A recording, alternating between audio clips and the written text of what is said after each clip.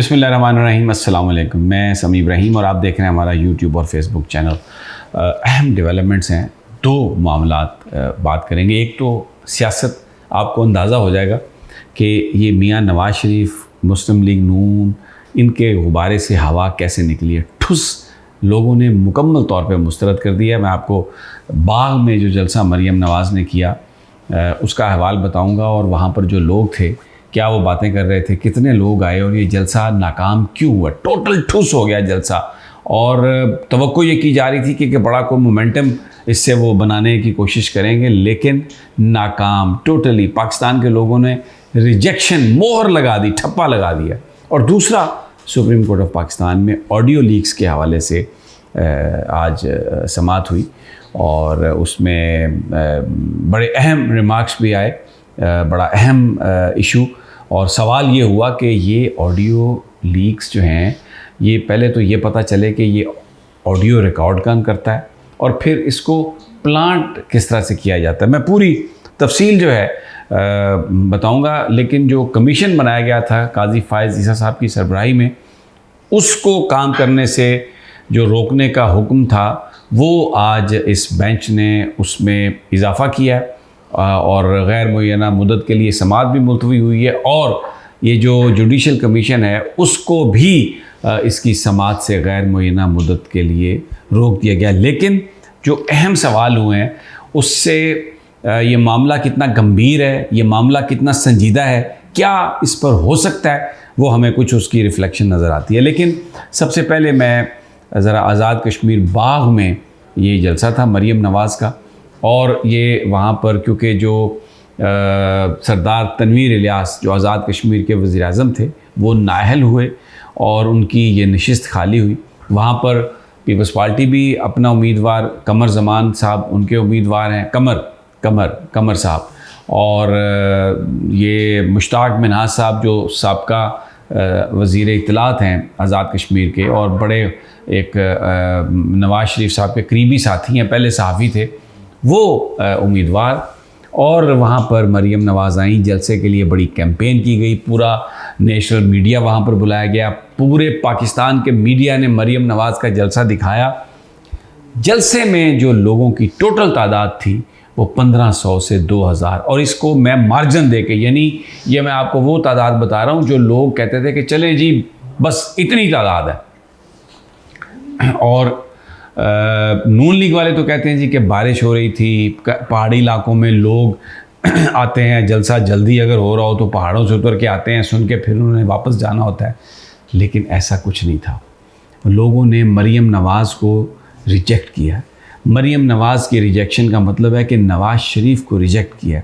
इसका मतलब ये है कि पीडीएम की जो मौजूदा हुकूमत है, ये जो कुछ भी करने जा रही है, जो कुछ भी कर रही है, इनको किसी तरह से भी अवामी पजीराई हासिल नहीं।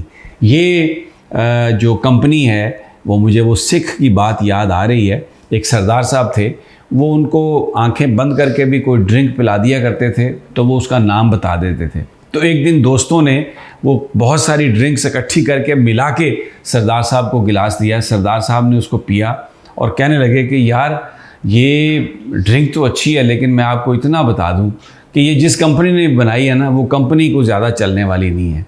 तो जो बाग का जलसा है उसने ये बताया कि ये कंपनी ज़्यादा चलने वाली नहीं है, ये आवाम को बेवकूफ़ नहीं बना सकते। मरीम नवाज़ इस वक्त नून लीग में सबसे बड़ी वो लीडर हैं जिनके बारे में कहा जाता है कि वो सबसे बड़ी क्राउड पुलर है। लेकिन बाग में जिस तरह से जलसा ठुस हुआ है, जिस तरीके से लोगों ने रिजेक्ट किया और लोग नहीं आए, उससे ये नज़र आ रहा है कि मुस्लिम लीग नून अगर कोई समझ रही थी कि वो आने वाले वक्तों में अगर कहीं पर कोई स्पेस क्रिएट हो रही है, कोई वैक्यूम क्रिएट किया गया है, तो उस वैक्यूम को वो फिलअप कर लेंगे, ऐसा हरगिज़ नहीं है। कश्मीर में अमूमी तौर पर जिसकी मरकज़ में हुकूमत होती है वही हुकूमत बनाता है। लोगों ने फ़ंड्स लेने होते हैं, लोग वहाँ पर को बहुत ज़्यादा मुखालफत में नहीं जाते वफाक की। लेकिन मरीम नवाज़ की आमद और वहाँ पर जलसे में कम हाज़री ने ये आने वाले वक्तों की सियासत का एक थोड़ा सा मंजर खींचा है कि कुछ नहीं मिलना नवाज़ शरीफ की जमात को। और मुकाबले में वहाँ पर इस वक्त जो चौधरी मंजूर साहब हैं पीपल्स पार्टी के सेंट्रल एग्जीक्यूटिव के मेंबर, वो जिस तरीके से जहर अफशानी कर रहे हैं मरीम नवाज़ के बारे में, नून लीग के बारे में, उसने और भी ज़्यादा जो इन दोनों सारी जमातों के बीच जो इख्तलाफात हैं उसको हाईलाइट किया। और मौलाना फजलुर रहमान का ये बयान कि जनाब ये कोई इंतखाबी इत्तेहाद नहीं है, ये जो PDM है और हर जमात अपना अलहदा इंतखाब लड़ सकती है।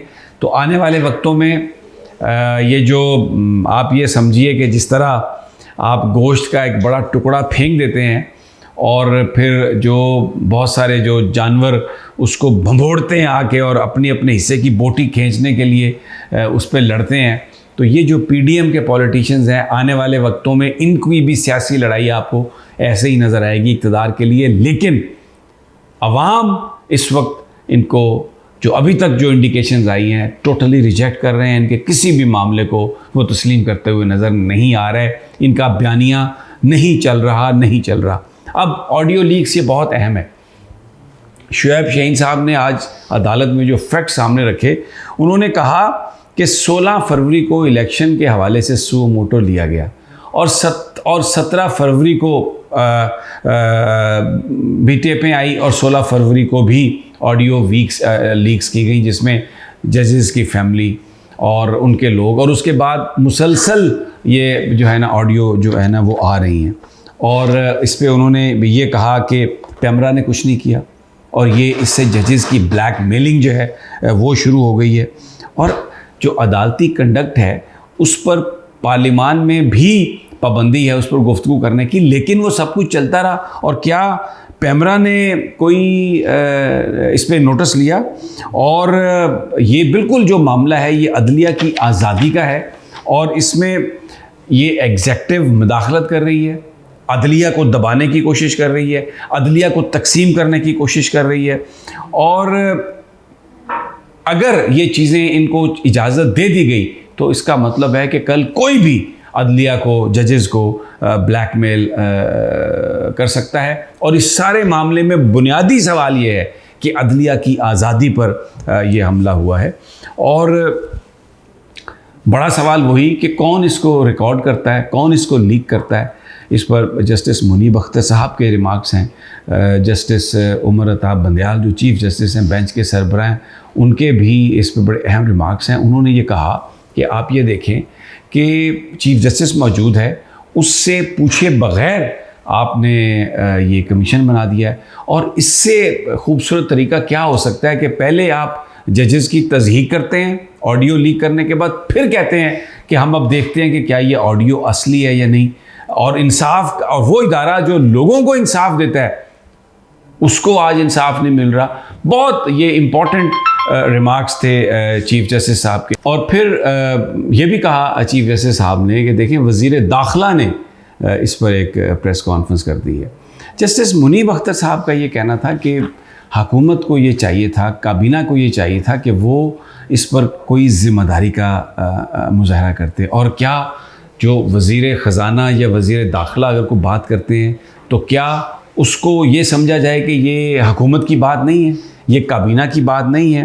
तो बड़ा ये आसान था मालूम करना कि ये ऑडियो जो है ये कैसे आई, और जो ट्विटर हैंडलर से मालूम किया जा सकता था कि कहाँ से ये, किस तरह किसी ने इसको लीक की। और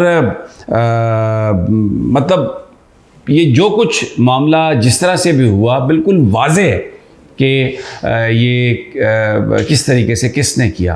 तो जजेस के जो रिमार्क्स थे वो बहुत अहम, और बिल्कुल जजेस इस बात पर कन्विंस नज़र आ रहे थे कि अब ये कहा मुनीब साहब ने कि इसका मतलब तो ये है कि कल कोई जज किसी मुकदमे को सुन रहा है और किसी को वो पसंद नहीं है तो वो उसके बारे में फेक एक ऑडियो बनाए, उसको लीक कर दे और उसके बाद ये कहा जाए कि आप इस जज को हटा दें, ये जज हमारा मुकदमा ना सुने। तो इसका जो ताल्लुक़ है इस सारे मामले का वो अदलिया की आज़ादी से इसका ताल्लुक़ है। ये मामला बहुत अहम है। और सबसे अहम बात कि ये ऑडियो बनाई किसने, ये ऑडियो लीक किसने की। और वज़ीर दाखिला को तो उन्होंने कहा कि मुस्तफ़ी हो जाना चाहिए था जो ये सारा मामला हुआ। तो बड़ी ये सख्त किस्म के आज रिमार्क्स थे। समाअत जो है वो गैर मुअय्यना मुद्दत के लिए मुलतवी कर दी गई है क्योंकि आगे सुप्रीम कोर्ट की छुट्टियां भी आ रही हैं, तो लेट्स सी। लेकिन जो जुडिशल कमीशन है वो अब इस मामले की समाअत नहीं करेगा, इस मामले को नहीं देखेगा जब तक ये बेंच दोबारा हेयरिंग नहीं होती इस केस की और उस हुक्म इम्तना को नहीं हटाया जाता। अगली वीडियो तक मुझे इजाज़त दीजिए, इंशाल्लाह जल्द मुलाकात होगी। अल्लाह निगहबान।